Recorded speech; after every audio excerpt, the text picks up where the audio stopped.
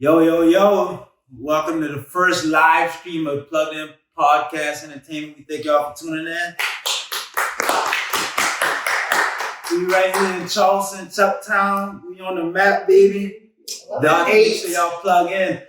We got a good one today, y'all. Welcome my co-host. First of all, we brought to you by Live Legendary Productions. Shout out to my fiance, Liv. Gang shit, y'all already know. We got my lovely co-host here today. We got Tati. What's up, boy? And we got Big Bree in the building, y'all. We cranked today. It's the first live stream. We doing it big. If y'all not fucking with me, y'all need to plug in. I ain't begging for no support, but we going up now. I can promise y'all that. Y'all, we got a big show ahead of us today. We got Lukas Swing in the building. Yo. Hey, God. What's up? Greatly appreciated. Local artists out. Getting a lot of buzz nationwide, internationally. Hailing from here, Charleston, South Carolina. Got a big single that's on the airways now in 99.3 The Box and 72.9 The Voice in North Carolina. That's called Big Things Poppin'. That's out on all platforms. Y'all make sure y'all tap in with bro. We really appreciate bro coming through for us. It wasn't short notice. I seen Lukas probably about a year and a half ago or so, buzzing on the internet. He on social media and stuff like that. I saw him making a show, like in his backyard. And I thought that was crazy, and that's what really made me tune in. So, we're gonna get this interview today. Once again, we thank y'all. Like, share, subscribe. Plugged In Entertainment 843 on YouTube. Lukas Swing, y'all make sure y'all tap in with all this stuff. And Live Legendary Productions, we in the building. So we getting into it. So Lukas, just tell us a little bit about your background, boy. What made you get into music? My father, man, this is deep. My father, he was a saxophone player. He did a lot of old bands back in the day. And he basically, it was either two things for me in life. It was either piano or music or the books. That was it. It wasn't a question. It was either you do this or, that's what it is. My dad's military-based background, drill sergeant, so it was a very structured mindset for me. So what got me to get into music was just like loving music itself and playing the piano for 14 years and then learning how to go from there is kind of where it started for me. I was playing nothing but classical music. I wasn't playing R&B, hip-hop, none of that. Really didn't even know what none of that was at one point. So him and letting me get that, it got to a point where I actually hated music, because I couldn't play outside with my friends. He wanted me to be on that piano all day, every day. After school, music, that was it. So from there, I learned to, when he did let me go and let me do what I wanted to do, that's when I actually fell in love with it. And then having so much issues with like anger and depression and bipolar and all that stuff that I had going on back then, kind of made me who I am today. So that's what's up. It's actually crazy that you said that. Anybody that know me know my dad, how he grew up, military background. Also, he was in the Navy, super strict. You know what I'm saying? Actually, I'm thankful now that I'm older, but we got a lot of similarities, bro. For real, like he was super strict on us. I also got a musical background, play the piano. So yeah, I get that. What was your mental state like when you was growing up? Because I know for me, when I was growing up, and actually, honestly speaking, it wasn't like it was a terrible environment. I did receive a lot of love, but my dad was real strict. He was big on physical punishment. Yep. So that's what I struggled with in my early adulthood. Like, can you relate to that at all? Or? Absolutely. Not trying to shun him for his punishments, but I would say I love the man to death now, because back in the day, me and him on the head so much. Me trying to grow into a man, and him already being a man. When you're a man, you're trying to enforce something over your house and what you believe in, and then you have a child who is trying to be rebellious towards those things, and all he's trying to do is really protect you from the things that are out here. And if it wasn't for his discipline, I kind of would have not been. I would have probably been in jail. Or I probably would have done things that I shouldn't have been doing.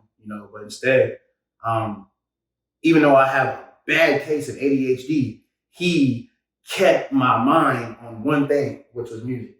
Right. So to this day, I chose music over the streets.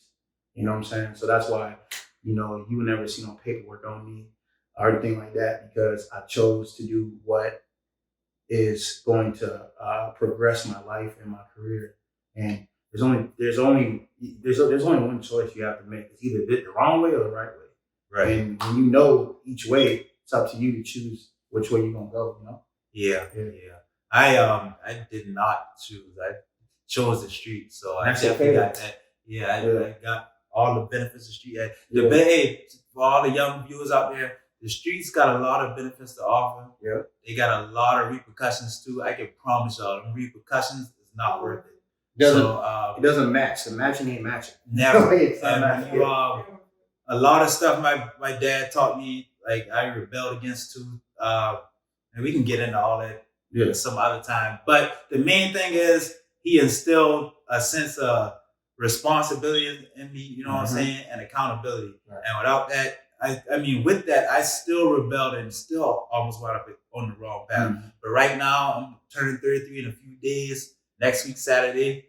And I'm still trying to rectify my life from all the mistakes. So all my young viewers out there, the streets is not what it is, right? Everybody glorify it. It's nice sometimes, but there's a lot of shit comes with that. So I'm here to personally tell you, I'm trying to fix my life now. I wish I never went into a lot of that stuff I did, man. But hey, we always think we know when we're younger, and we take a lot of learning. So it does.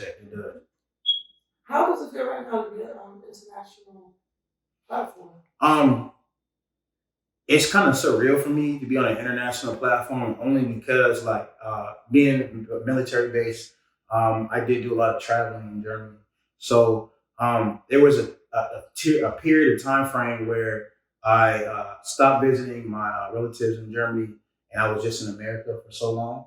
And with that, I kind of lost touch of what the culture was. But one thing I remember going into a German club, telling you I was 17 at the time. One thing I remember about going to a German club, Germans can pick up on people who are not from there.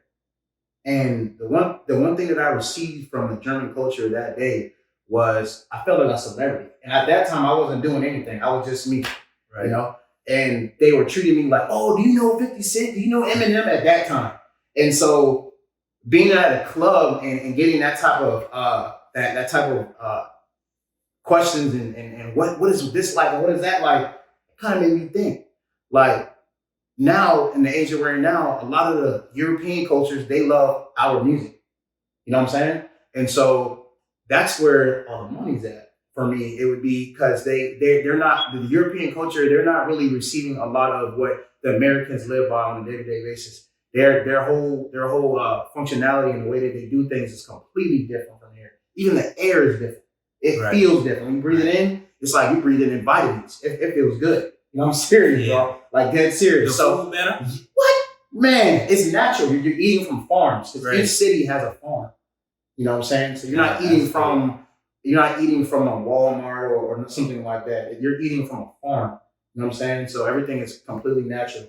So when I went up there and I was able to do a show up there, man, it's like they don't even have to know who you are, but they accept you. Right. Because they hear you, they hear your music, and you're getting broadcast on radio lives, you're doing all this other stuff.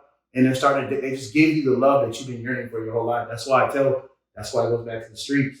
If you involve yourself in the streets and you get into trouble to a point where you can't travel overseas, you're going to miss out on an amazing opportunity. What I can't do right now, living testimony. I'm telling you, if you get to go over there and God gives you the opportunity to go over there and do it, man, do it. Because it's a feeling that I never, ever regret feeling, bro. It's amazing. So why you think it's so hard to get that support, being that you're from here, and why you think it's so hard to get local support? What's the biggest, I guess, aspect that you think is the contributing factor to that?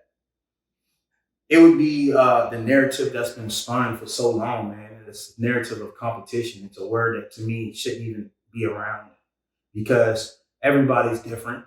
Each and every single person that you've heard on the radio or heard out here in the world, everybody sounds different. The one thing that's a beautiful thing about this city alone, a lot of people don't realize, is that Say Cheese said something. They said, what state has the most unique accent in the whole world? People said Baltimore, people said Maryland, people said New York, other people said Florida.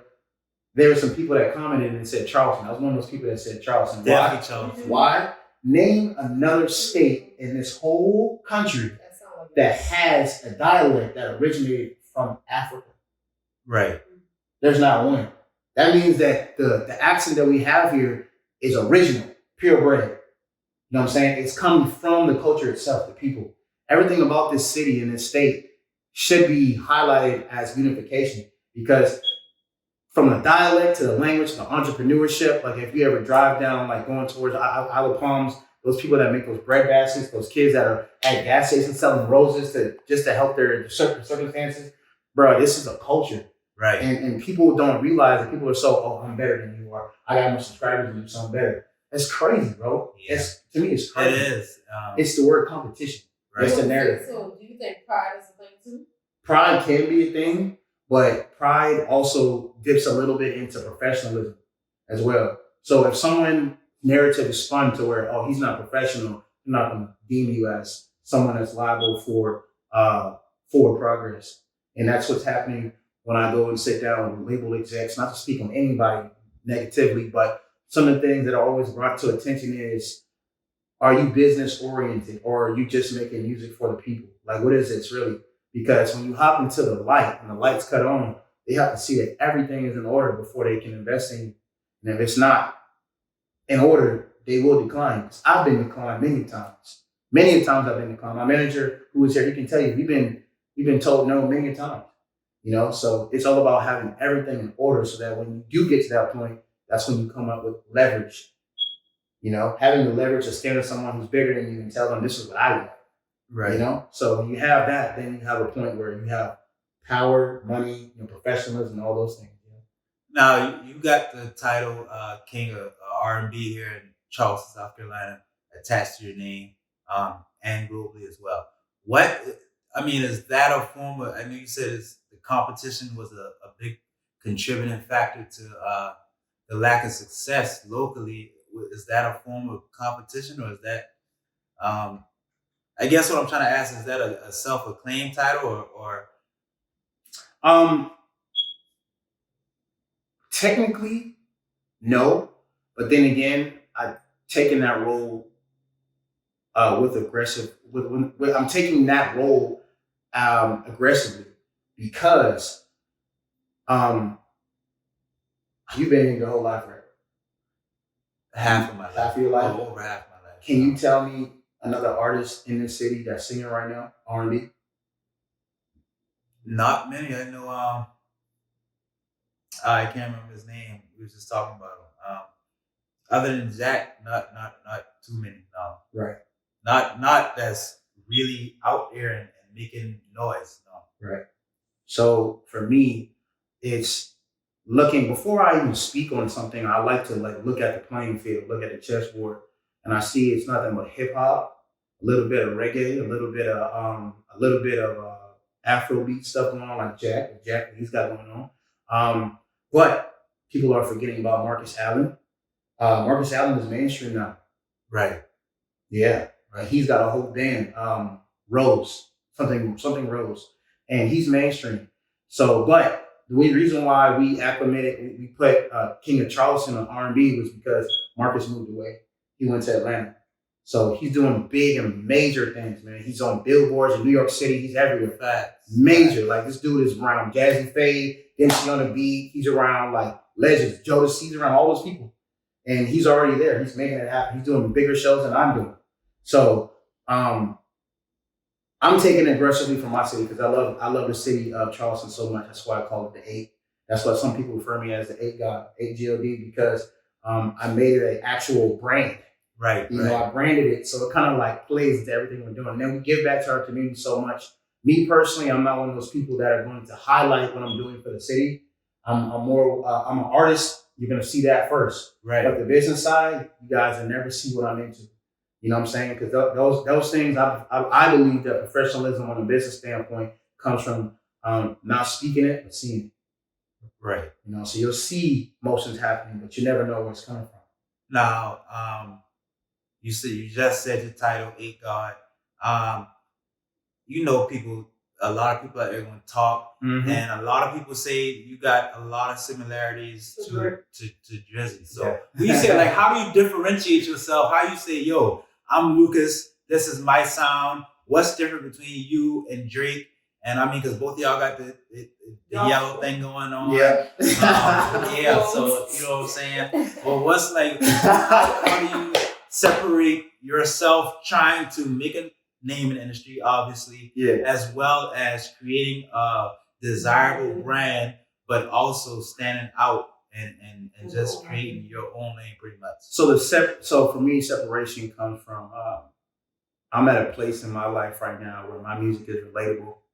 And I'm not speaking negatively on Drake, but Drake is at a place where his music is you got to have real money to understand what he's talking about at this point. A lot of his bars do go over people's heads. It goes over people's heads. Shout out to Drake. Yeah, shout out to Drizzy, man. Shout out to Drake. Yeah. He is definitely over people's heads.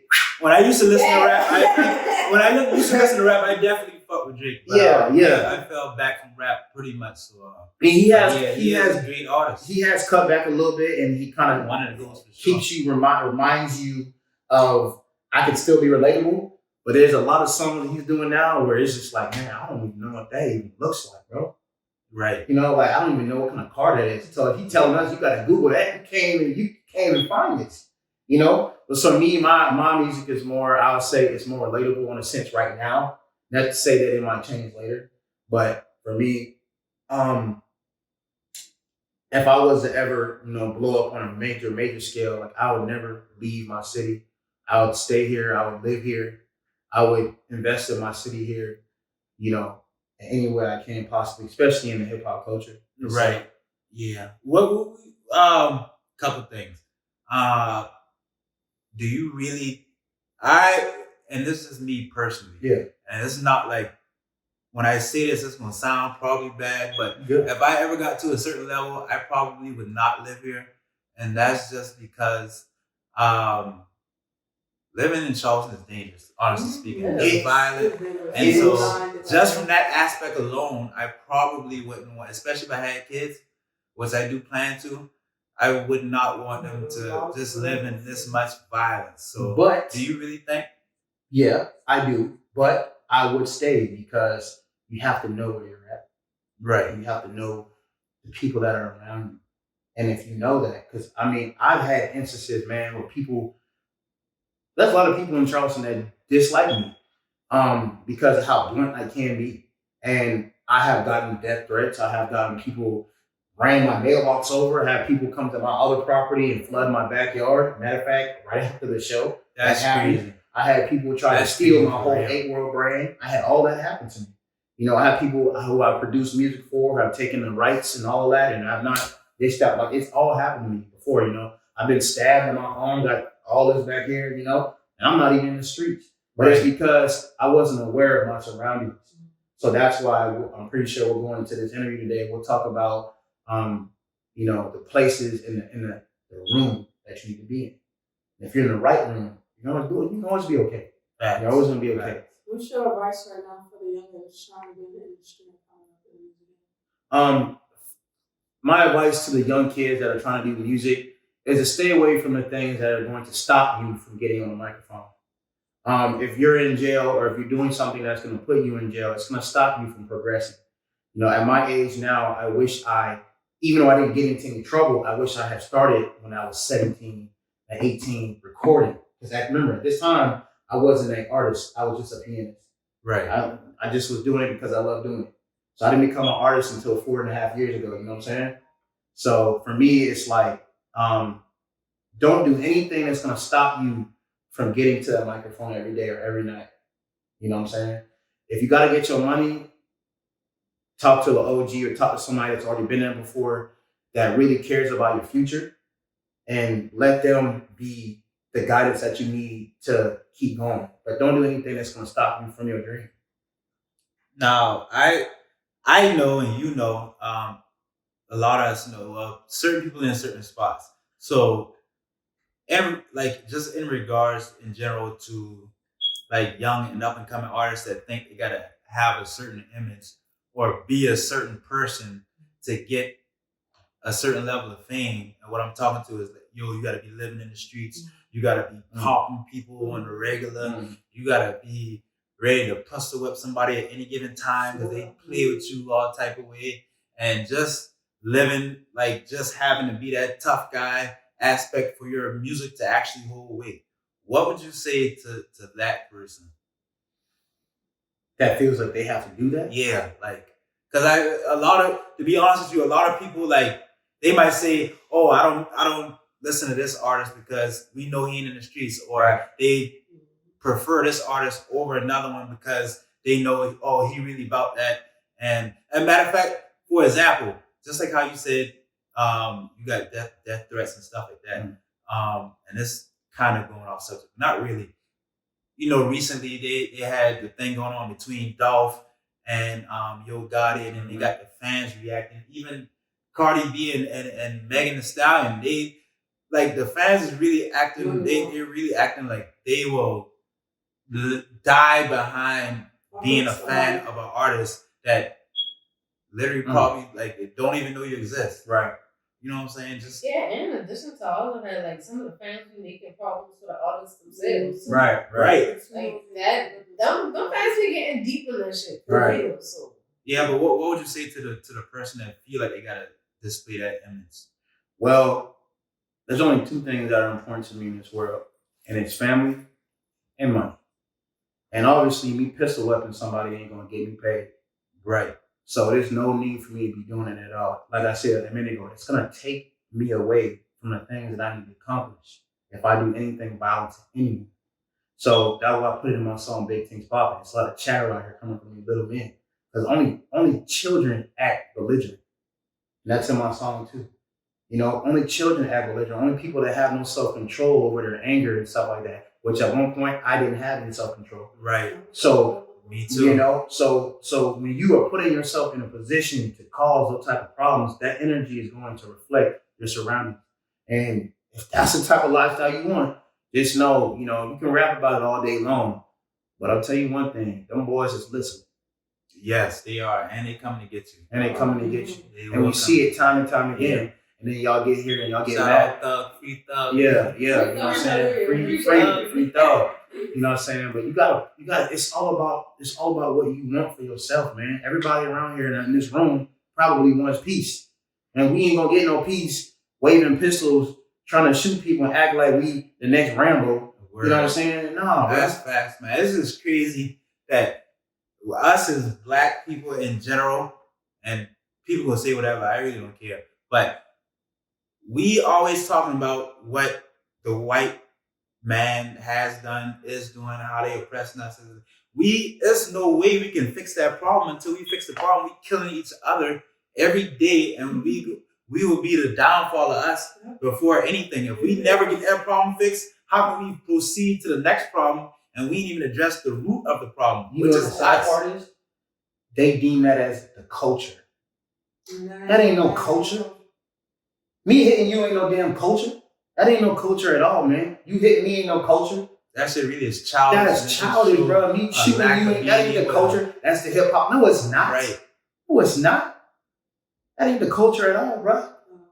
It ain't. I mean, it's not my culture. You know what I'm saying? That's not what I want. That's not what I want my kids to grow up knowing that is the culture. You know what I'm saying? Like, I don't want my kids to be knowing about shooting and killing and having to sell drugs and doing this, robbing him, or I'm gonna catch him by the corner and all that. That's crazy. But as you look at the progression of music, you look at the progression of us as black people too. So think of where we was at when it came to music and look where we at now. Right. Yeah. And I get this success. Mind you, every song you're hearing right now is going through 50 years before it gets to the radio station. Yeah.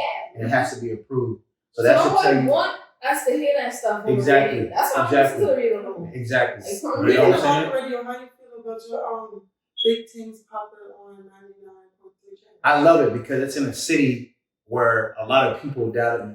It's in a city where people thought that I needed them to progress. It's in a city. It's on a radio station where people thought that I would have never have got to get this. This right here, being on this radio station, feels better than anything I've ever imagined. It probably feels better than a Grammy tour. I don't know what that feels like. But what I do know is that when you're in this city, in Charleston, South Carolina, and we all know how hard it is to get the support and the love from this city, and when you have something that's popping, it's big things, man. Right, that's facts. You feel me? That's major too. Yeah. Congrats. And congrats on that too, though, for real. That's a big congratulations. We got a song in 50 days. And just to elaborate on that, what's the how did it feel? You've been atop the Billboard top 40s in Germany. Yeah. How does that feel like being that level of stardom? Like, is it what kind of emotions did you go through when you first heard that? The first emotion that I felt was what's next.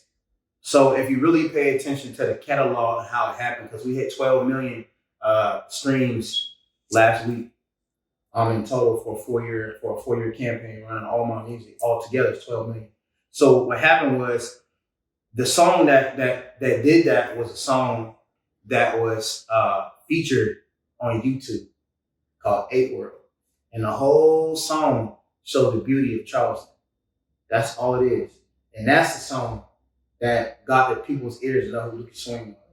You know, there's some of the lyrics that I put in there, it had a lot to do with the love. I speak on a man that's from our city that's very involved with the children and the community, highlighting him and letting them know that this man right here needs to run for mayor or something. He's just got so much respect. Shout out to Mr. Spates, Elder Spates. You know who that is?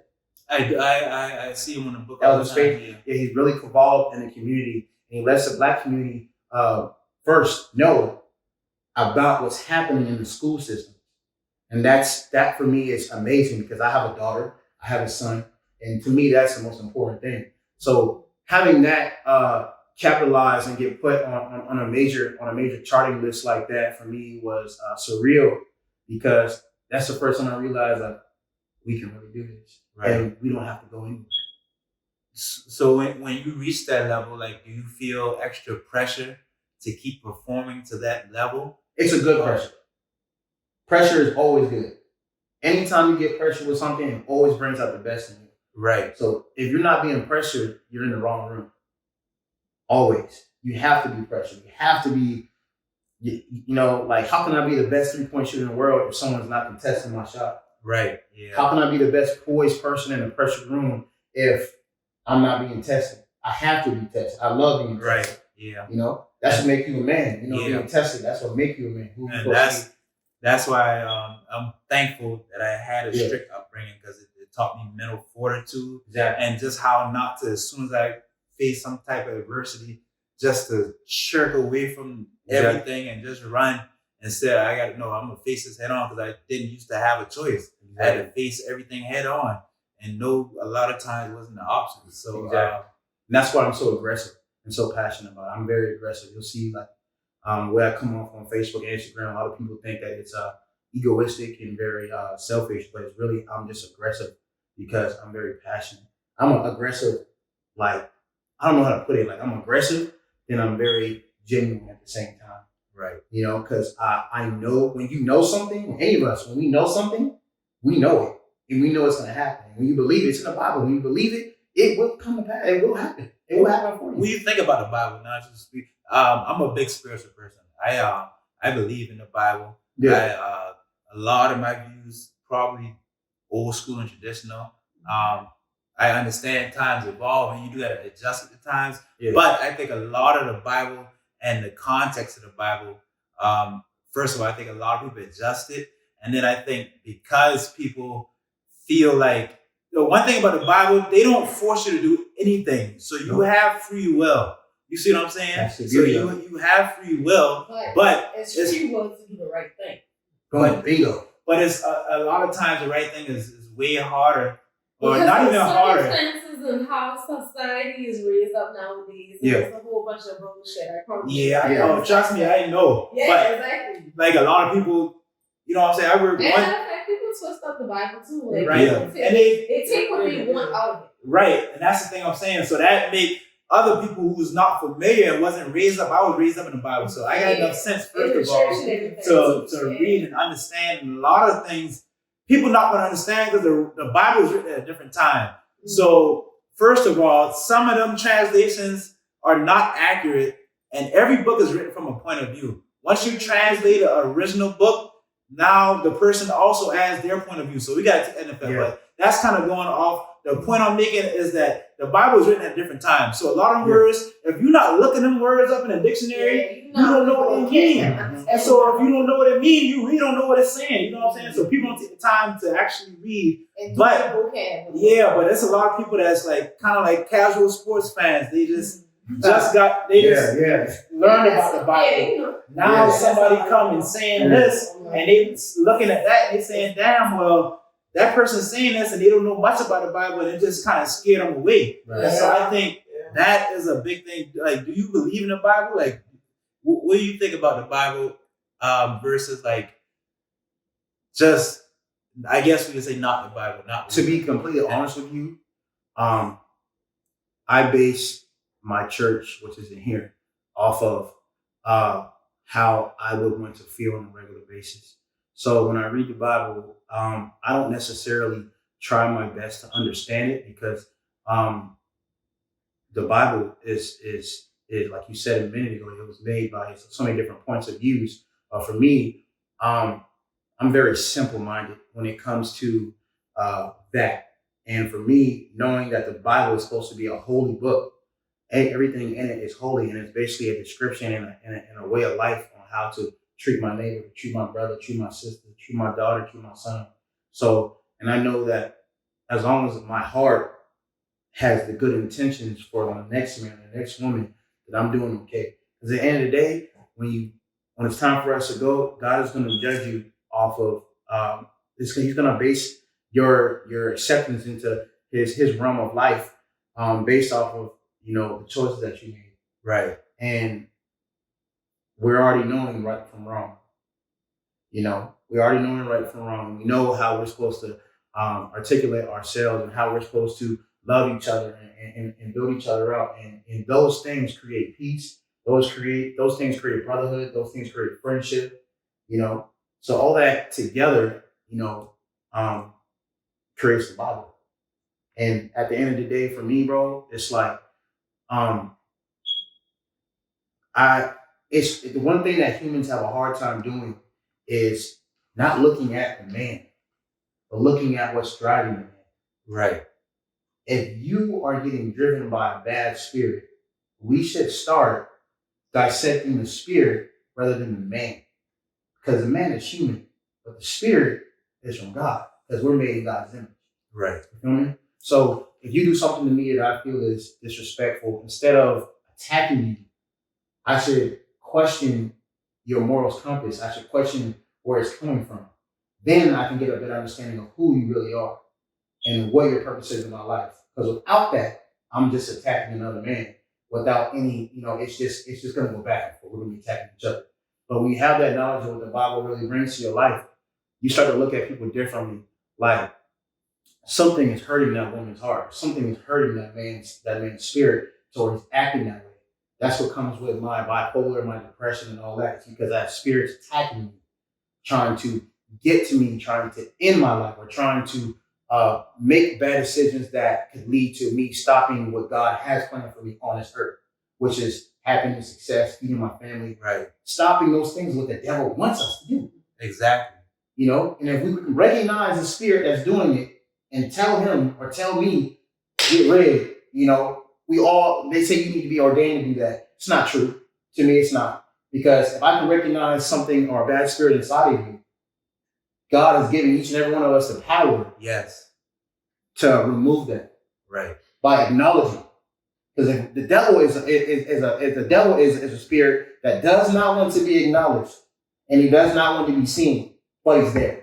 Right. And when he is seen, you have uncovered what's really going on. Exactly. And then you got the power to adjust it. Exactly. Right? That's why relationships fail, marriages fail, because people look at the human being and not the actual spirit that's within.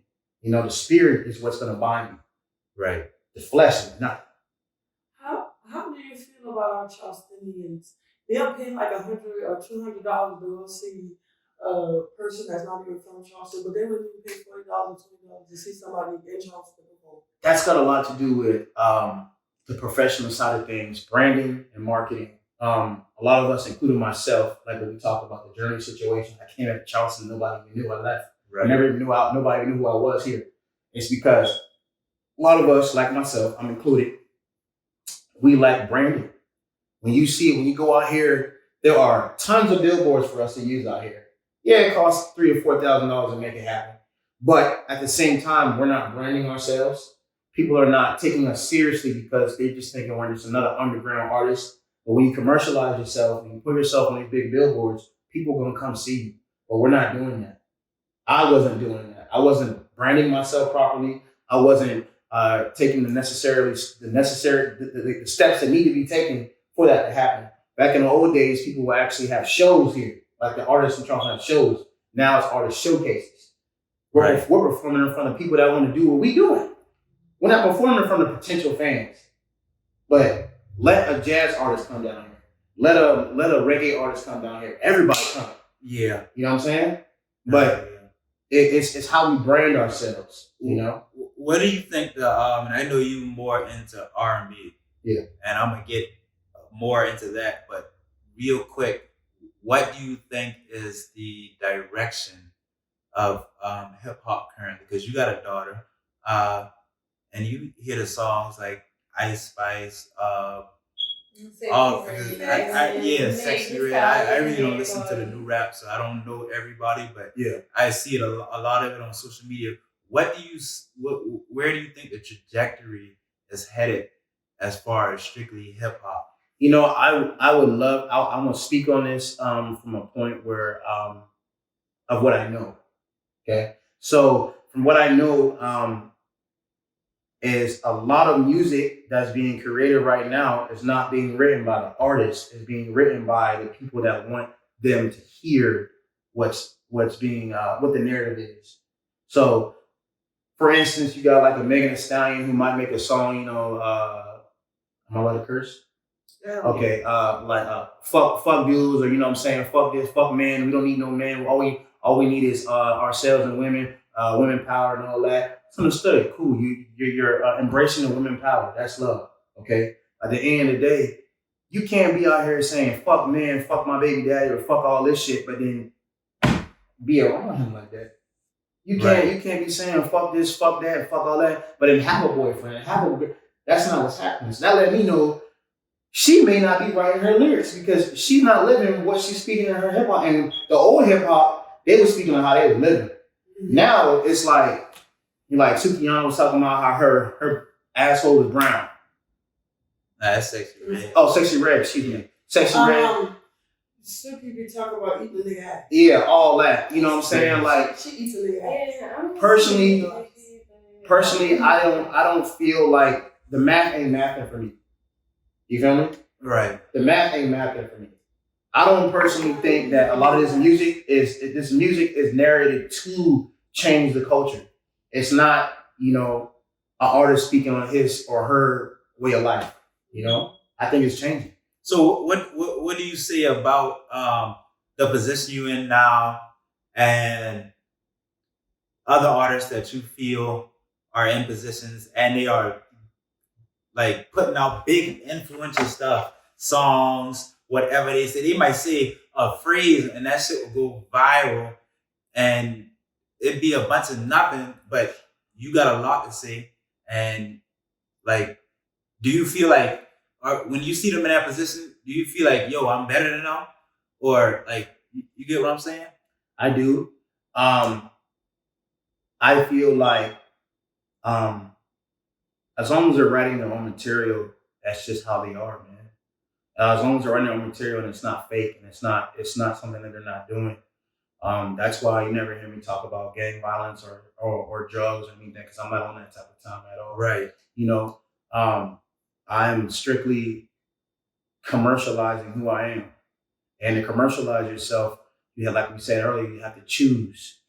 And though it may captivate an audience, is it really going to bless you and help you and help you? You got to think about your fans, man. You can't just, like when you saying stuff and you putting stuff in music, people actually, because I like to be around my fans a lot. You know what I'm saying? Right. So when you are, and a lot of my fans be at my job and they letting me know, and these guys range from 65 years old down to 21 and younger. That's a big range. It is. Yes. And I had a guy who personally, I don't want to say I'm judging him, but based off of his appearance and how he was looking, I thought he listened to country music. Right. Russ said, I saw your ad on Google, and man, I wanted to tell you, me and my wife saw it. He was an older white guy, probably like in his early 60s. He's like, man, we love that. And I was like, wow, okay.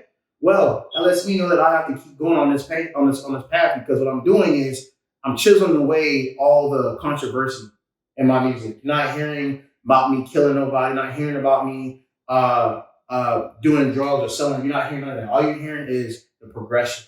Right. And that's what people want. They want something that can influence them to progress, go forward, move better, move in any way we can. And for me, seeing people go viral for things that may be on a negative sense it's just like a narrative switch. It's all narrative. Will I say that I'm better than them? No. But what I will tell them is to write the verse, because I'm coming. Right. That's a fact. Coming in 2024, you got anything like give us a new video? Yeah, we could do some sneak peek. I got one sneak peek called When It's Cold. It was supposed to drop when it's cold, but Charleston always gets hot when it's cold. So you know how that goes. I love it. Yeah. I could not live in the cold. Yeah. I couldn't live in the cold. I ain't gonna lie. I hate the cold. So right now, that song right now, and I do have another song with an amazing artist that's being slept on. This guy is like damn near a resemblance and on a cadence level and lyrical level of Jack Harlow.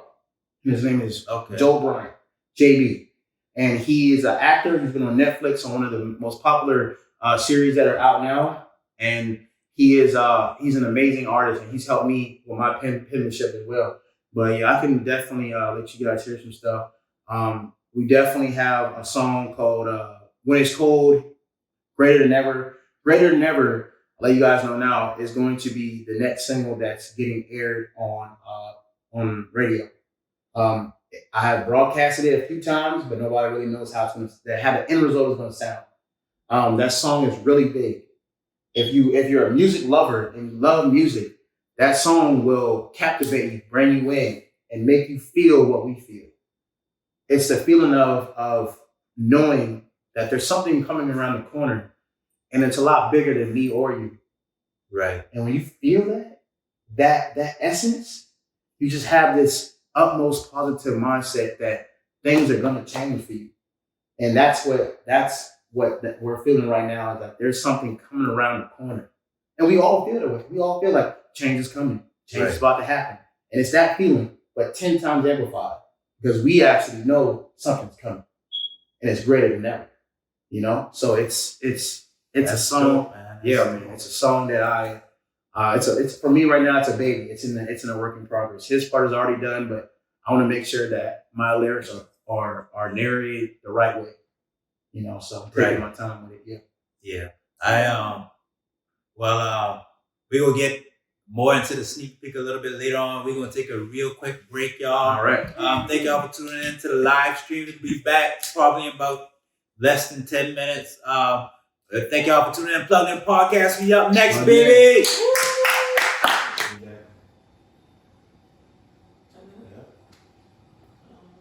That's how I be feeling. See, my problem was like before, I didn't know how to embrace that feeling and then share it with the people. When I shared it with them the first time, it was more like, oh, he's stuck out. Yeah. That's the narrative that's always getting spun about Lukas Swing. Is just because you are Yeah, you know, so So white. that's what happened with Dempsey. Dempsey came over Matter here of fact, and I'm gonna danced ask face. you another couple questions. Do you think just because, do you think people play with you just because you was a late singer? Oh, I don't get played with anymore.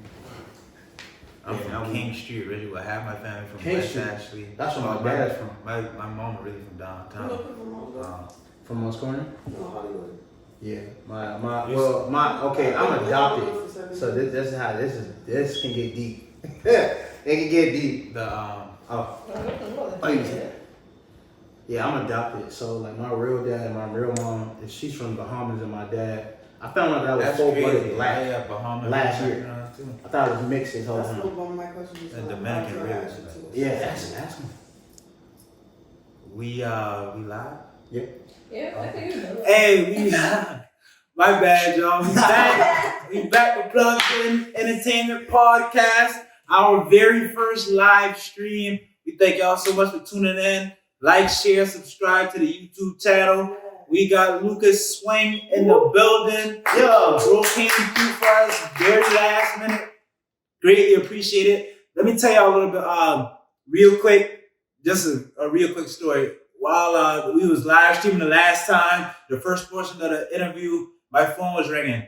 That was the young lady who decorated the backdrop for me. She incorporated my logo and my fiance, her production logo together. She did a wonderful job. So shout out Esther, my classmate. Tamika Singletary, y'all tap with her. Neat. Appreciate you. Man, the backdrop was supposed to be here since Thursday. FedEx supposed to deliver it. It was on some all type of shit. But we finally got it delivered just now as we were doing the last segment. So we really appreciate her. And our next episode, the backdrop will be up. So it wouldn't be possible without her. We thank her for that. We back here. We go ask a couple more questions. Any fans that got a question to ask Lukas while he here, make sure y'all ask the question real quick and we'll ask him for you and get the response. Yeah, let's get back into it. So real quick, bro, what is something that's unique about your music that you would highlight, that you would say like is entirely unique just to your music? We was just talking about, so I think I'm alluded to, but yeah. I just wanted everybody to hear what you told me about what you implemented into your songs. So a lot of my songs, all of my songs except 2 of them are produced, mixed and mastered, and engineered by me solely. I don't have anybody in the city who I actually go to for production. It's not my own self.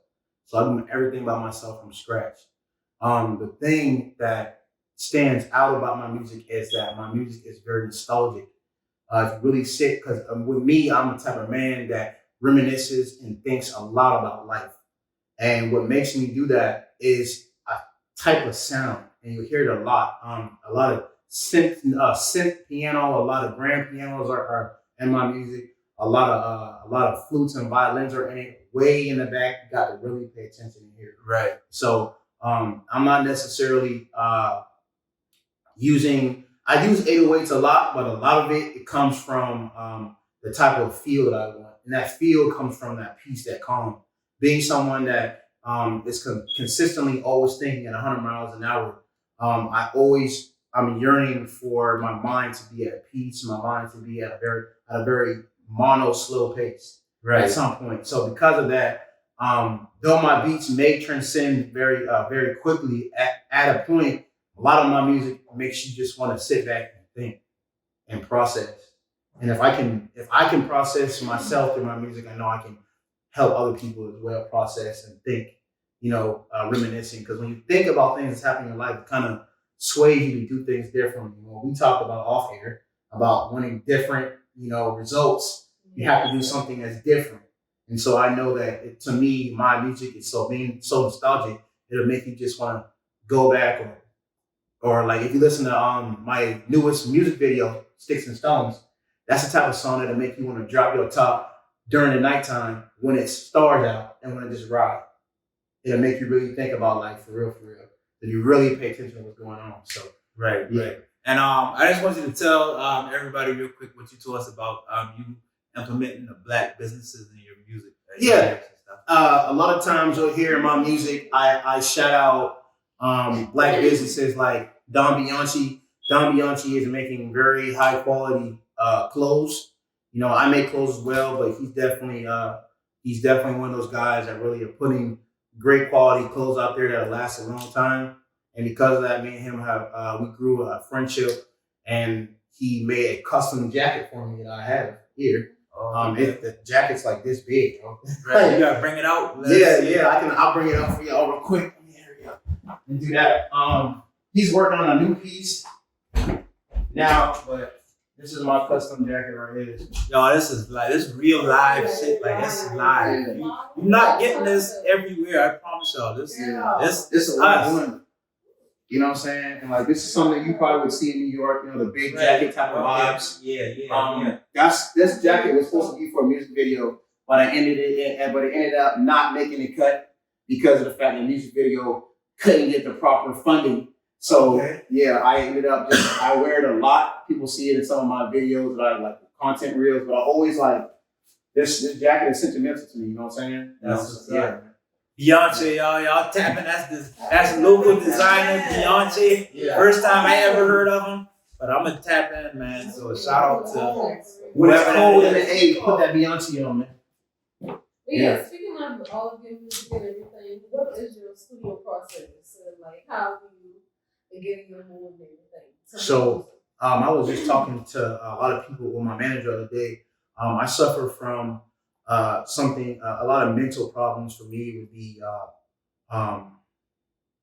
like the stress and like being bipolar and having depression. Every time I drop a song, I always get depressed.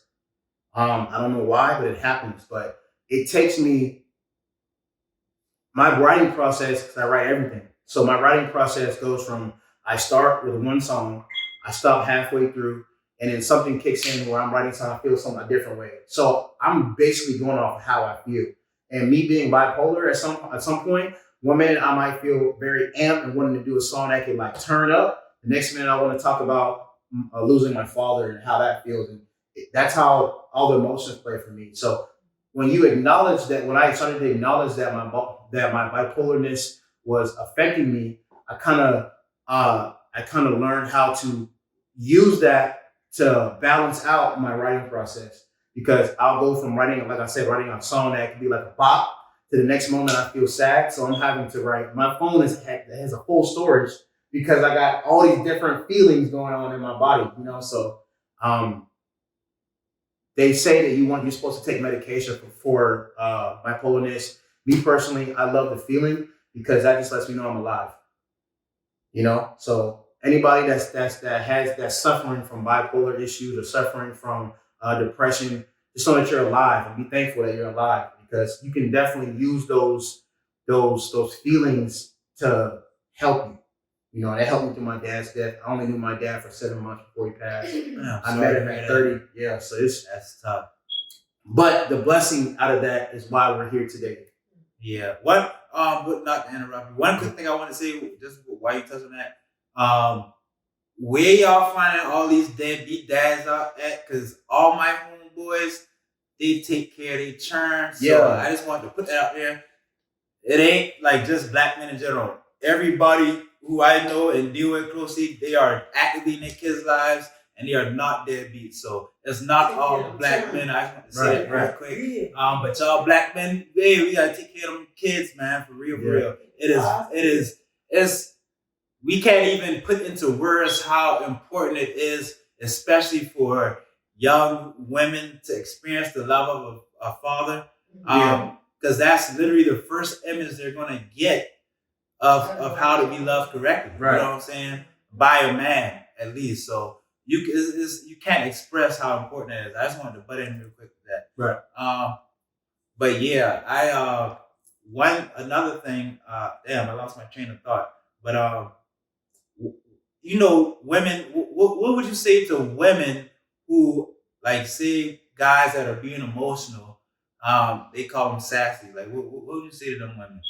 Because and the reason why I say that, because you light skin, like you yellow, bro. You feel what I'm saying? You yellow, and we know them. I'm sure Thank you. call y'all Hey, sassy. I want everybody to tap in right now because I'm about to say, I'm about to say the light skin community right now. This is gonna be clickbait right here. All right, are you ready for this? Yeah. All right. Let me say something that's really important to all the women that think that light skinned guys are sassy. All right, here we go. So first of all, as a man, we are of the mind. You know, women are more based off of spirit, Right. spirit realm, because I'm not gonna say they're more connected to God than we are, but they are given this gift of the knowing. Right. You know what I'm saying? As a man, you have to definitely read a room properly when it comes to men that are in tune with their feelings. Because a lot of men are not in tune with their feelings at all. Right. And when you have a man, speaking from a man's point of view to a woman, if you have a man who cannot express his feelings to a woman, that is a bad day.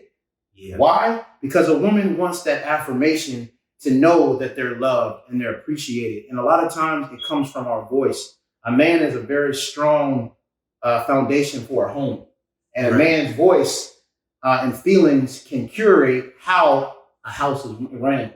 And without the knowledge of knowing who you are on the inside, you cannot project who you are to the world at all. So if you don't know who you are on the inside, how can you make the world believe who you are?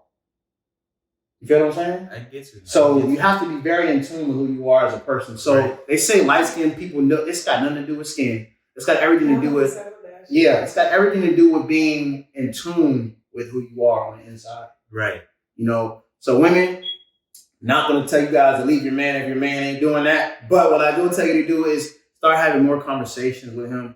To get a man to open up, it's easy. You gotta come diligently. Right, and not interrupt you, but what I will say from a man's perspective as well, certain women will not allow you to open up to them, or rather they will act like they want you to open up. And then as soon as y'all have any type of altercation, they're going to use that as ammunition. So I will say, personally speaking, having experienced that, women, black women in general, y'all got to stop doing that. You can't, like, that's a moment for us to open up to a woman. It takes a whole lot. You got to, like, pretty much totally trust that person. And for any moment in the heat, it don't matter how intense the situation is, for you to use whatever he opened up and you know he didn't want to as ammunition.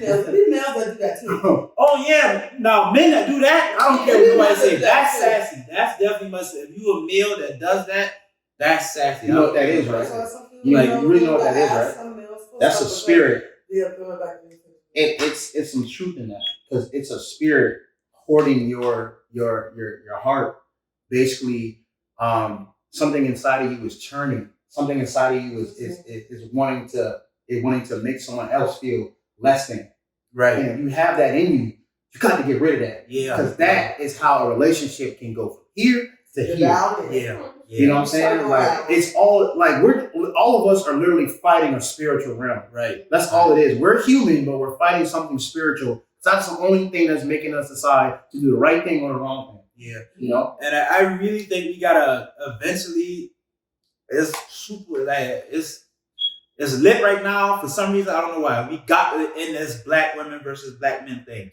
We can never coexist and produce to the level that we're trying to get at if we keep being at odds. It's not possible. It's not possible. A lot of people can take notes from you and we her. don't need each other regardless, so it don't need a Right. like at the end of the day, I cry, I make the whole world fine, so it don't need in trying to poke my out just because you're doing the same thing. Yeah. And another thing I'll say while we're on this topic, honestly speaking, the 50-50 thing, that's a whole, like, pretty much that's subjective. Honestly speaking, in today's society, if you're a black man or you're not at a certain level financially, it's laughable to even think that you can take care of the household. Right. I recently, like, some things happened between, like, some work things happened, and I realized that if it wasn't for my fiance, like I would be in a very bad position. Now, as a man, that hurt because I was like, damn, I want to be in a position to pay 100% everything and her not have to pay anything. But realistically speaking, like if it wasn't like that, and it's not like a 50-50 thing, it's whatever more than anything with us, I don't even know where we would be at. But I love my fiance. I wouldn't have it any other way. I would want to make enough money, and that's why I'm doing pretty much like trying to switch my career path. But if I could afford to, I would pay for everything. See, to be honest with you, bro, there shouldn't even be a percentage or a percentile on a relationship at all. Right. When you're in a relationship with someone, that means that you are acknowledging that there is compromise that needs to happen. When you compromise for your spouse, that's when you know you have someone special. Like for real, right now, when I'm sitting here, this is compromise. You know why? She behind the scenes, she's doing all this. You right here doing that. Right. That's compromise. Y'all winning because y'all together doing it together. Appreciate A lot of people can't do that. A lot of times, a woman may make more money than a man, and he feels some type of way, and that egoistic thing that's bothering him is what's tearing them apart. Right. And but y'all just let that go and say, okay, babe, we got to come up with $2,300 this month. What you got? What I got? All right, we got $1,000. What can we do together to make the rest of that happen?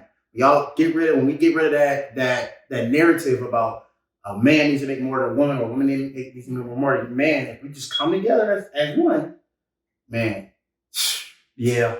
Two is better than one, bro. And like I said, that's something I dealt with personally. Yeah. I had to get outside myself. Yeah. I had to not be selfish and be like, yo, even though I want to do this, and it's all type of circumstances. I got legal issues, all type of stuff going on. So a lot of stuff, even though self-inflicted, I'm not at a level right now where I can pay everything. And I can't hold that against me, first of all, and I cannot hold that against her. Amen. So I can't be just spewing little subliminals here and there.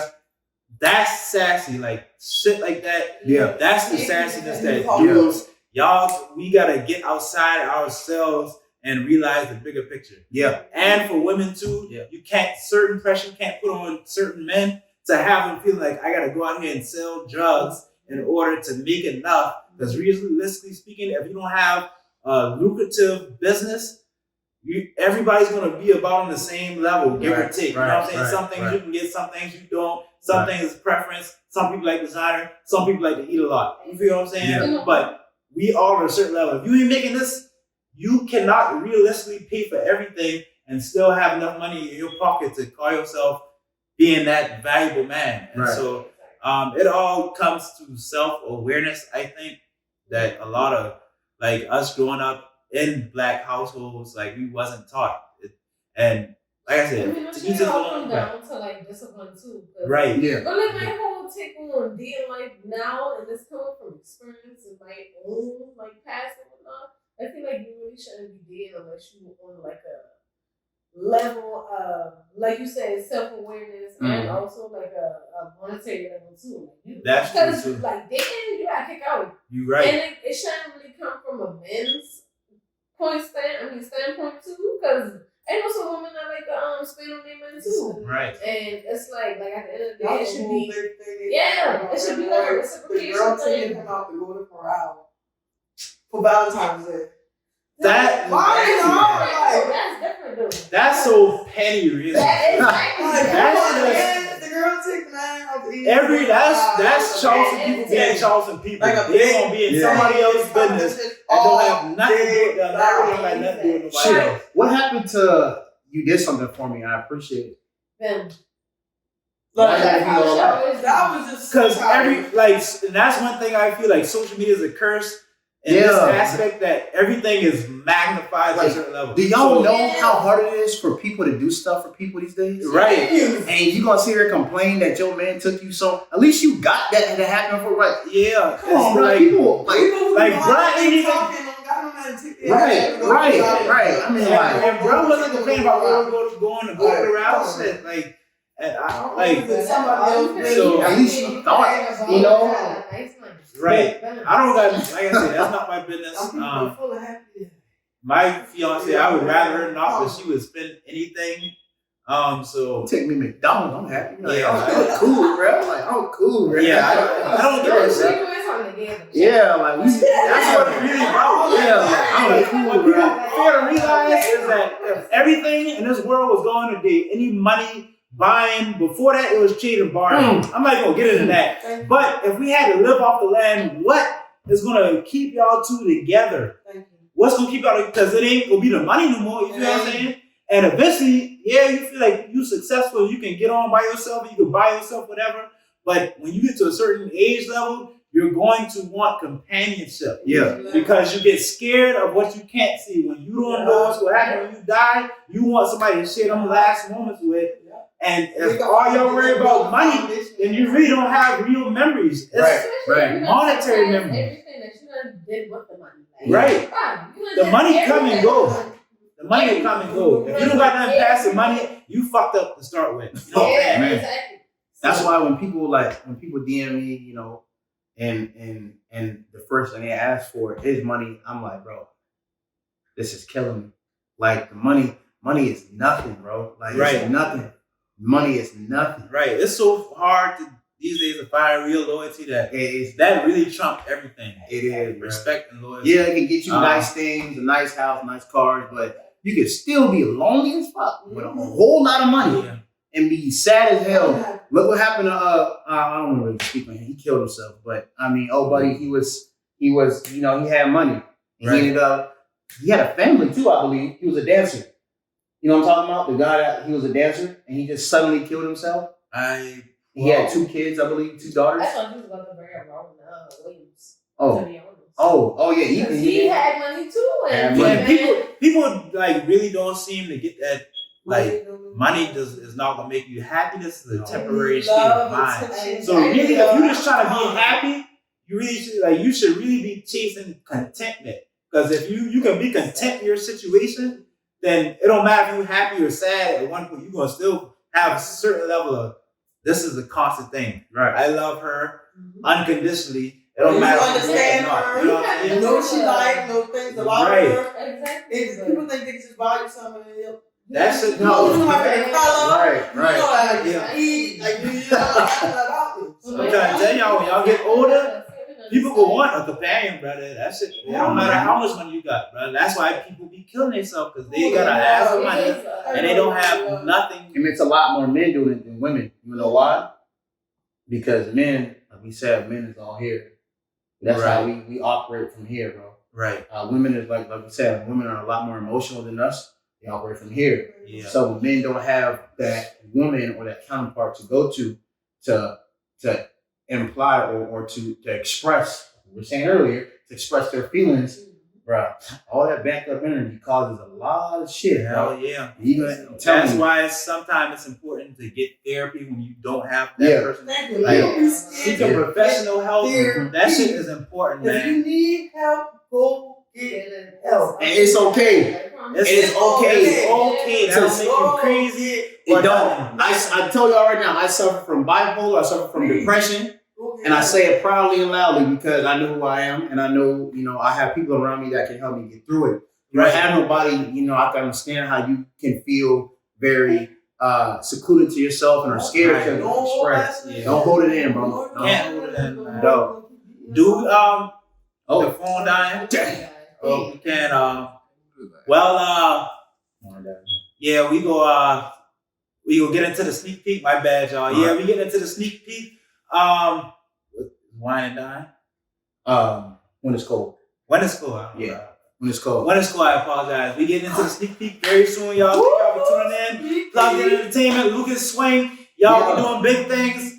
We here now. Last night I say we coming up. We young now. Big boys. Big team. Big teams. Yeah. See, I reference 843 as the 8 because all the area code is completely starts by 8. Bring back what's the life in this. Oh yeah. Okay. Look, when it's cold in the 8, I got the young GL on me. You should know that the boys still rapping 843. When I hit the road, man, I always prophesy.